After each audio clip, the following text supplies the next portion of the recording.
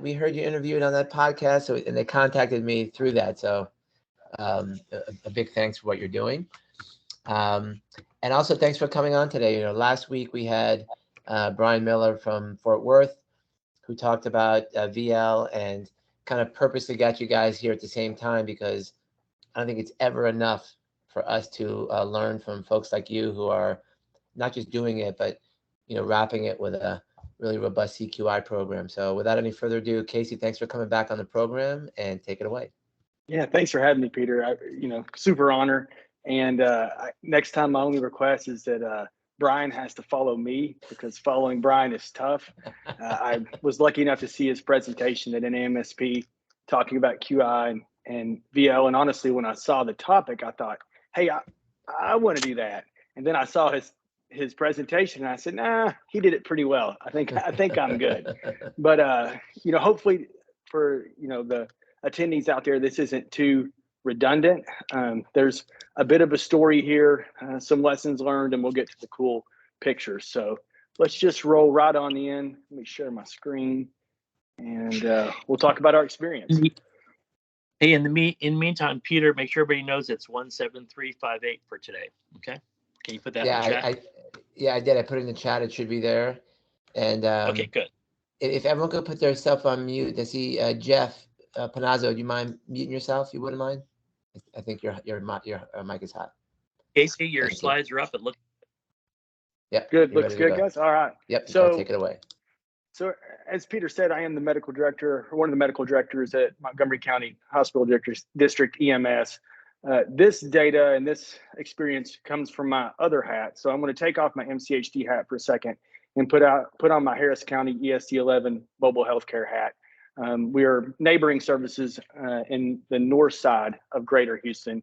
And to me, the fitting title of this was Opening the Black Box, VL with recording capability in EMS. And so talk a little bit about ESD11 and who we are, and kind of how this program and how this idea came about. The conflict of interest slide here probably carries a little bit more weight than usual.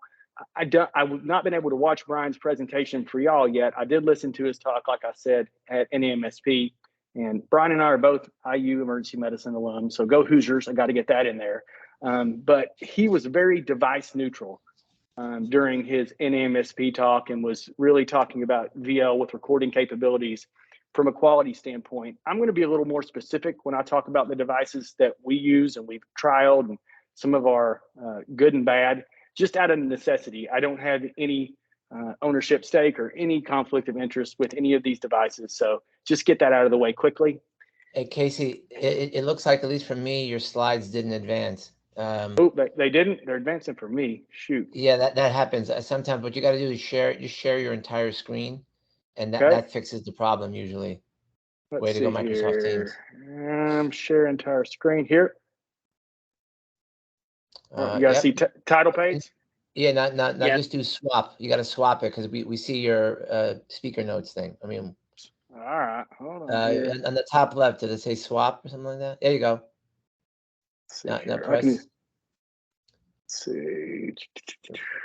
You start show. And take preventer. Use slideshow. Yeah, right there. Got it. Perfect. Okay. Yep. Excellent. Awesome. So there's the conflict side. We hit that one. I really have to tell y'all a little bit about the history of ESD11.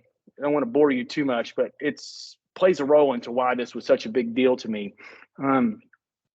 In Texas, for the non-Texans, ESDs are emergency services districts, and they're basically taxing entities that non-city-based municipalities can form, and they can either fund EMS, they can fund fire, or they can fund both. And ESD11 through September, really, of 2021, operated under a model where they subcontracted EMS. In late 2020, they decided they were going to self-operate, and I was lucky, I guess, or unlucky enough, depending on how you look at it, a lot of pain initially, to be the first medical director. And so I was hired on in January of 2021.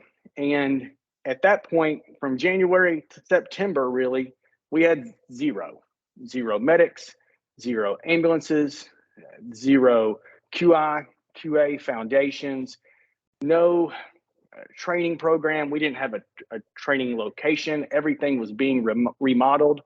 We went from nothing to 25 ambulances on the street, serving 177 square miles of dense urban population, 750,000 people, sick, penetrating trauma in about 9 months.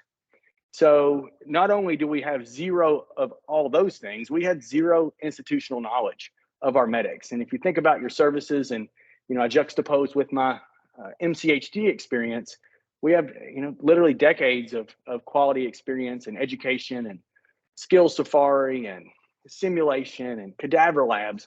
We had none of those things. Our medics came from all over America, literally all over the world.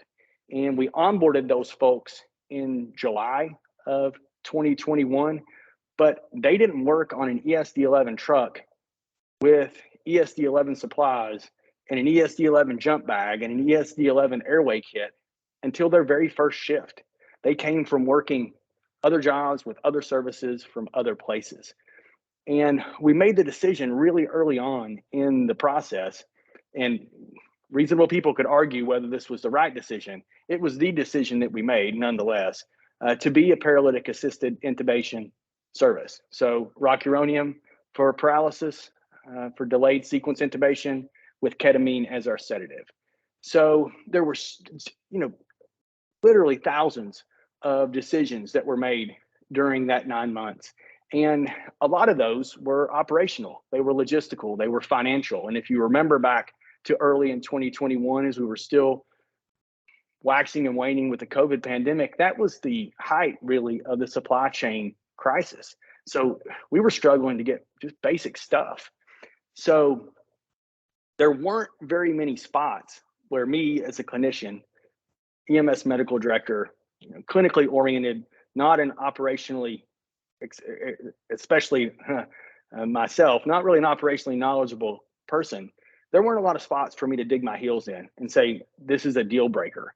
But with the lack of institutional knowledge, the lack of my knowledge of the medics, we were hiring in charges and supervisors off interviews, not off of a scenario, not from field experience, but from a resume, an interview, and their report of their past experience. That was pretty scary for me. So there was a black box that we had to open, and that was video laryngoscopy. I had to see what the medics were doing in the airway.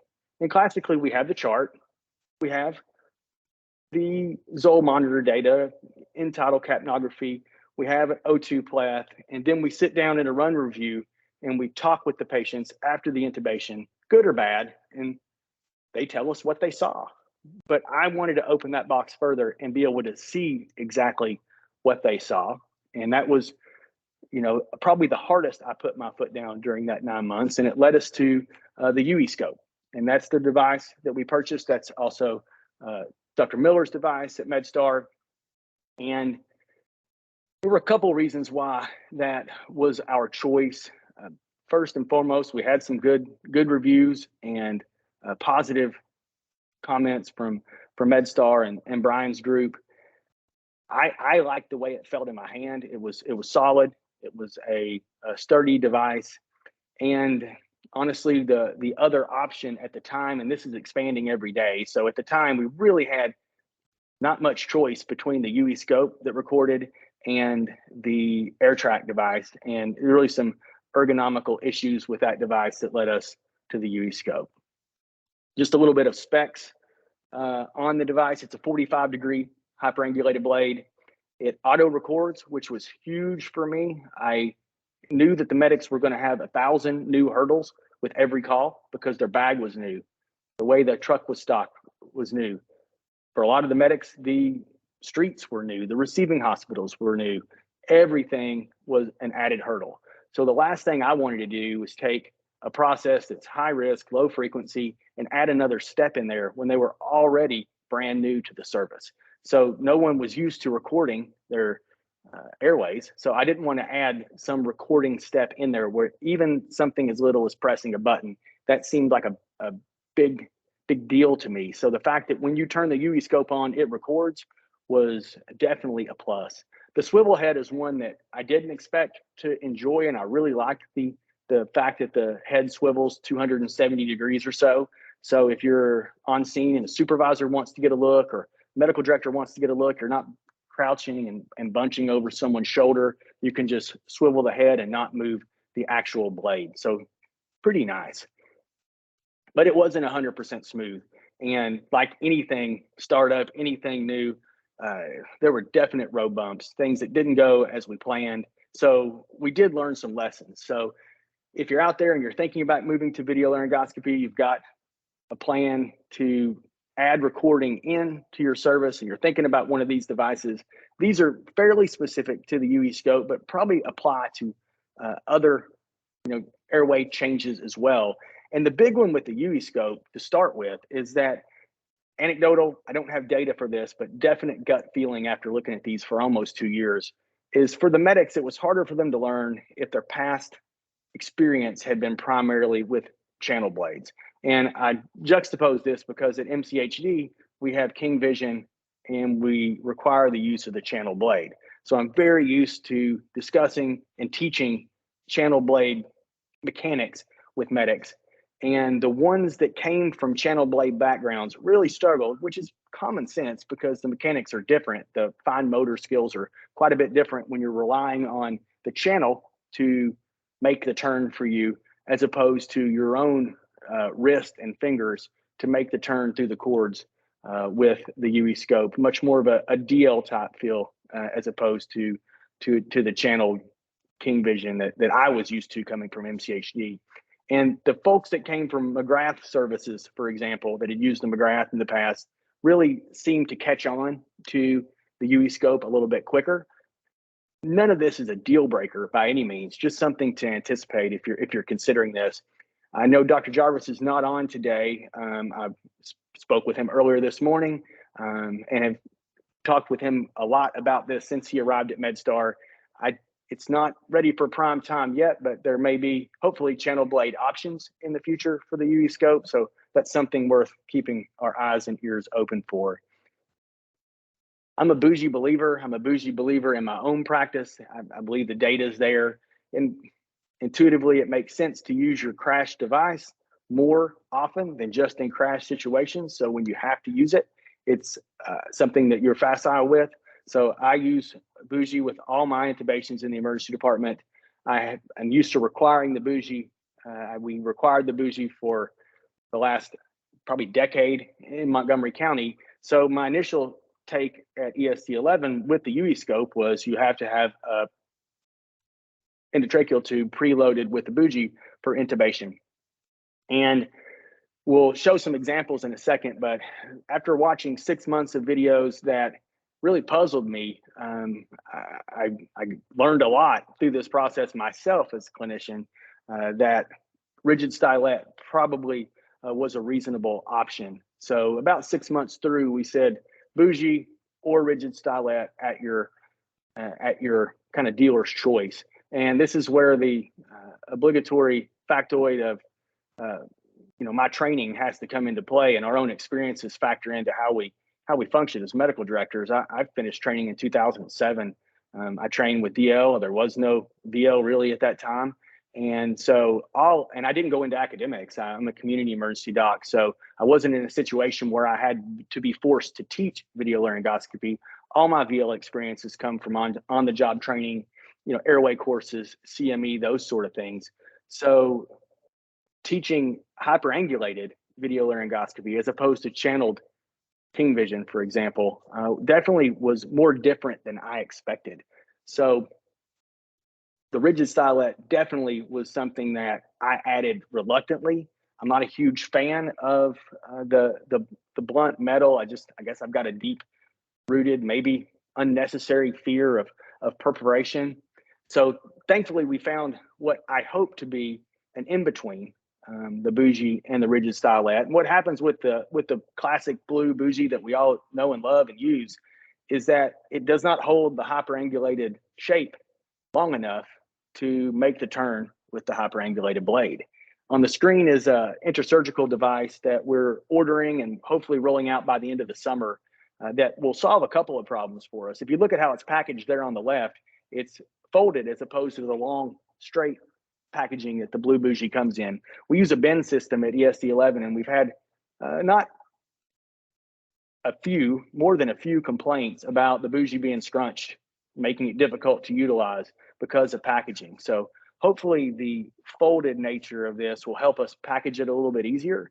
But the bigger piece is that if you can see where my thumb is, that's about 20 centimeters proximal from the tip. And there's a copper insert that runs the distal 20 centimeters of this bougie, allowing you to mold it. It's malleable and holds its shape better than the blue bougie that we're used to.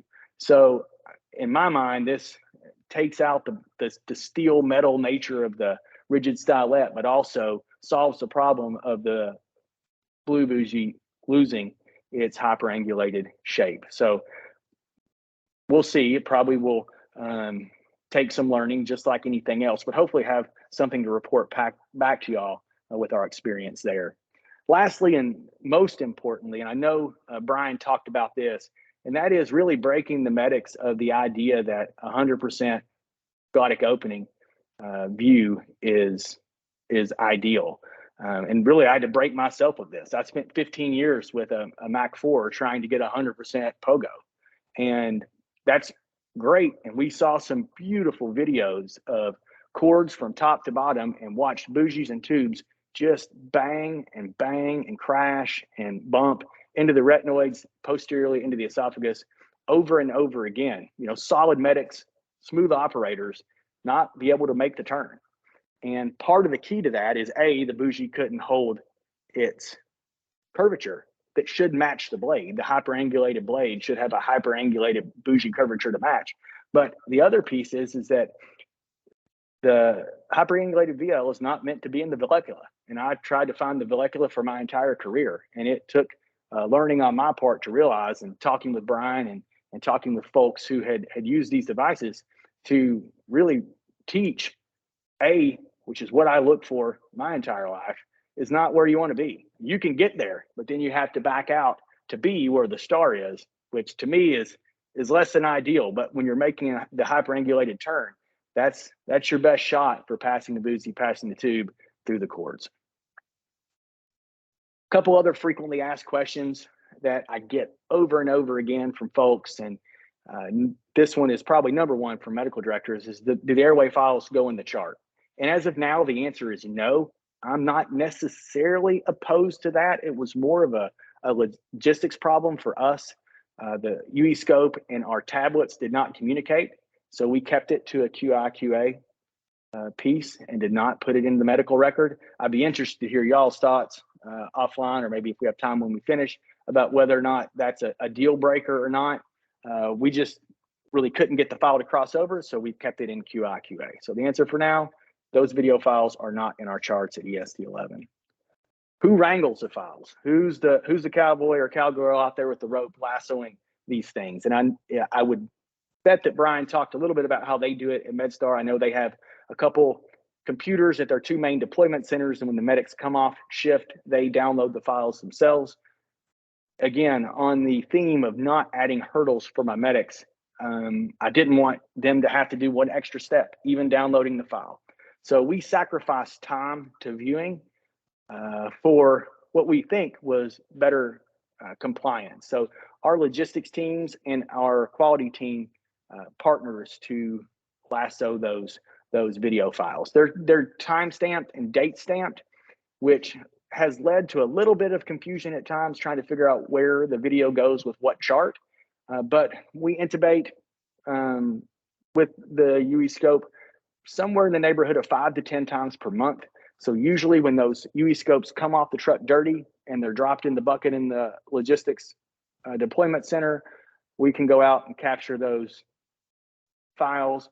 We keep them on a master data set in the quality office, and it's worked out pretty well. We've lost what I believe is only one file thus far, and we're approaching 2 years. So let's get to the good stuff. Let's get to the show and tell. This is what y'all want to see. This is the cool part. We're going to walk through some videos, and some of these are just, I've watched them 100 times, and even at 101, I'm amazed at some of the stunts and the troubleshooting and just the smooth operation some of our medics have used. So here we roll into the first one. This was a call to a nursing home. This was a nursing home arrest, and the patient was in her room. They couldn't get Entitle. The iGel would not bag. It felt like they were bagging a concrete block. And the nursing home staff said, hey, she was actually in the dining hall when she went down. We brought her back to her room. Not surprisingly, she choked on a pork chop. So we got some suction, dislodged the pork chop. Get a pretty decent 50-50 view of the cords there, past the tube. Now, if you read that in a chart, you might be like, I don't know. The iGel really wouldn't no iGel, no compliance, no Entitle. Come on. Well, you can see why now. Big pork chop. So just a window into that black box that one, I mean, I was just like, that's awesome. Here's a second one, kind of similar. This is the one, if you saw our recently published short piece in JSEP Open. This is the one that Peter put up on Twitter. Our medics responded to a known choking episode this time. They knew what they were getting into. Got some suction leading, and then we found our nice orange friend here. I'll let y'all guess what type of fruit it is. I was told it was a certain type of fruit. I'm not sure that I agree, but we'll talk about that when it finishes. There's the McGills, and I saw the McGills come into the screen here when I watched it the first time, and I said, oh yeah, he's got it. Grabs it so close, and it falls back in. So now I'm starting to sweat when I'm watching it. I'm like, what are we doing here? We're trying to grab it. We're trying to grab it. And you can almost feel the medic's tactic change right here when he sees the cords. What's he do? He says, wait a minute. I'm cramming it in the esophagus. Taking a plan B here. So now you can see the cords partially. Here comes the bougie. Now I'm really sweating. Like, man, how's he going to get the bougie over the fruit? Chart said melon. It looks like an orange to me. Go ahead and give you the answer to the question. We're a little left. Sweating. Now we're right on the fruit. I'm cheering him on at this point and get it through the cords. And just, I mean, I was just jaw on the floor. I have to give a shout out. The operator on this case was Slate Ace. Slate is just a stellar paramedic and deserves all the credit for this one. I mean, just troubleshooting at its finest. I don't think I would have thought to do that. Absolutely amazing case. We got Rosk as well. So really, really just excellent care. Here's a 50-50 example. And as you can see, we've got a really excellent 100% pogo view of the cords. And like protocol stated, here comes the bougie. And we just watched videos like this over and over again, where they'd be in really good position. And where's the bougie end up? The bougie ends up, you don't see it right now because it's banging around down south. You'll see it at the bottom of your screen here in just a second. It rolls in. You see it poking around at the arytenoids down in the esophagus. This was really, it was tough for me to watch and understand. I played with the device, the mannequins with patients, and realized that it's that curvature. And this one, I started to sweat on this one too and thought, man, they got to back out. They got to back out. They got to back out. And again, 120% pogo. Luckily, they were able to slide the bougie through and successfully intubate the patient. But that's a pretty decent example of why 100% pogo in this situation isn't what we want. And as someone who's learning a lot of hyperangulated VL along with the medics, that took us a few months to work through.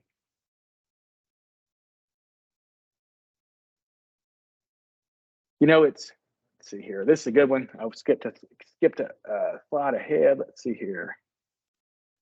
Here we go. This is a great one.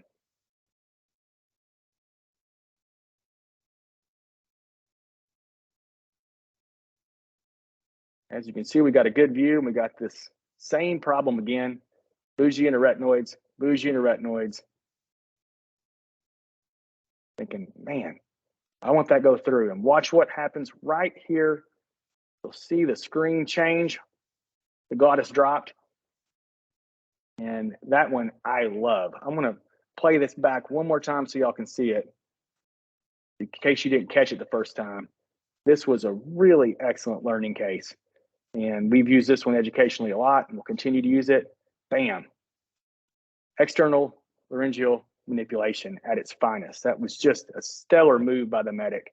And this is the point where I want to maybe quote Warren Buffett. I know that when you use internet quotes, who knows if Warren really said that. But my 2 cents is, not only is it good to learn from your mistakes, it's better to learn from other people's mistakes, but it's good to learn from your successes and from other people's successes. And so what we've done with our airway files, and you see examples here, is our team has cut these down into manageable snippets in that 60 to 90 second range, because these files are often 7 or 8 minutes of workspace while the team's working on,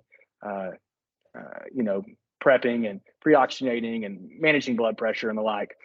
So this is a really just a solid educational tool, because I know that the baby's kind of gotten thrown out with the bathwater in a sense with external laryngeal manipulation. We called it Celix and burp and cricoid pressure, and we know that it doesn't reduce aspiration, and we know that it's not a tool for, compressing the esophagus. But the idea of using, if you're a right-handed person, using your right hand to change your angle is, to me, a number one, troubleshooting method. And so to be able to show this to all of our medics and say, hey, this is external manipulation. This is how it looks. You're posterior with the bougie, you can't get it to pass. Use your right hand, drop the angle of the glottis externally, and look how easy it passes.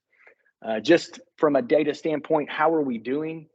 Our first pass success in adult intubations is between 75 and 80%. I'd like to be a little higher, but I'm pretty proud of that. All things being equal, we're just a toddler at less than 2 years old.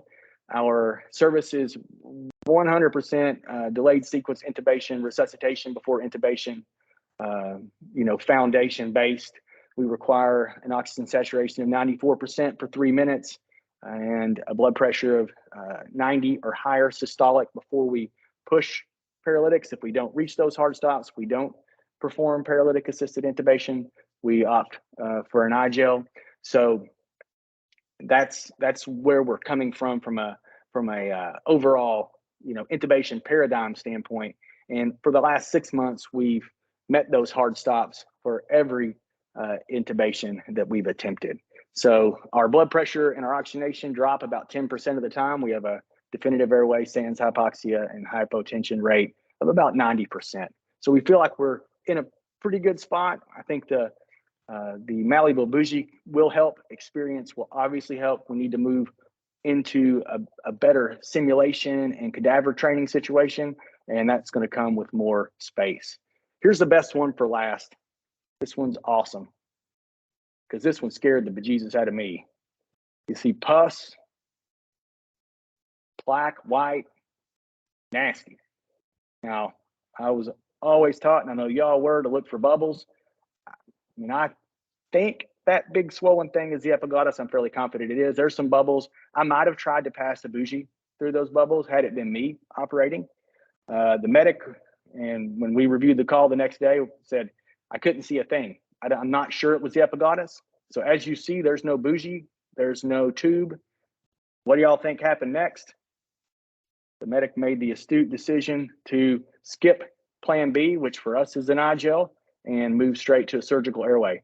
The patient was successfully criked, confirmed with end tidal, and we later got the diagnosis of strep epiglottitis. So just, you think about what you would do without this video. You would have read the case. Medic would have said swollen epiglottis, distorted anatomy, pus-filled airway. And in our minds, my mind, I would have said, yeah, right. Sure. Okay.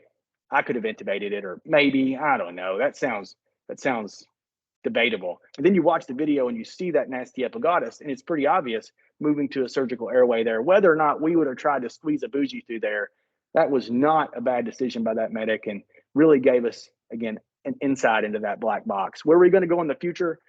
This is a paper from some of our Australian HIMSS colleagues, and they described pre-hospital video RSI with MAC video laryngoscope recordings, and they have a really excellent table in this paper. This came out of PDM a year or so ago, that we've actually just R&D'd at ESD11, and we're keeping the same data. So we'd like to try to maybe 2024, when we our N value increases enough, to really try to model this and give a similar report, but not for helicopter EMS, from a 911 ground standpoint. So lastly, I will wrap up and hopefully leave time for a couple of questions. Here's my contact.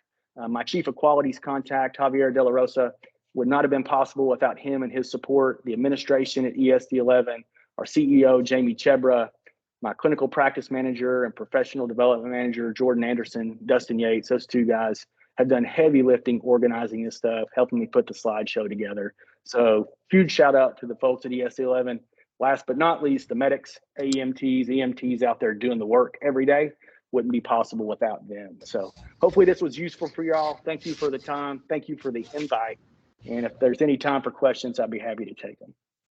Casey, that was amazing. I love the presentation from the very beginning, and those videos. Boy, they were heart-pounding videos, especially that. That case. Holy shit.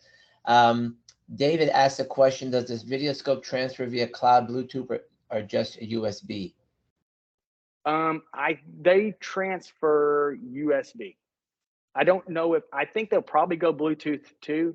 I am a certified Luddite, so I'm not 100% sure. The fact that I could get on here and share my screen's a minor miracle. I can get you the answer though. If you just if David wants to put his email in the chat, I'll cut and paste it, and I'll get you the exact answer so I know I'm right. Yeah. All right, Casey, you want to unshare your screen? I'm looking at myself. Oh, sorry. It's okay. Let's see here. Let's see. Okay, David said he'll email you. Yeah. I know that there are a number of people on this call who had some questions. So Angus, go ahead. Angus Jameson, Pinellas. Hey, thanks for the presentation. The bougie you were using, was it the standard classic straight packaged one, or one of the pocket bougie round packaged ones that maintains a more hyperangulated shape when you unwrap it? Standard straight. Are you familiar with the pocket ones that are packaged coiled up? No, but I'm sure that would probably be a better option for sure. They're easier to keep in your gear and stuff. You might want to take a look as you look at changing your bougie. Absolutely. Thank you. Awesome. Great comment. And again, I don't have the ability to poll the audience here, but I'm always curious as to who's doing what out there. But it seems that, and again, I know it just so happened to be that it's the UEScope twice in a row, but it'd be interesting to see. Maybe we can do it through the Eagles, what people are using.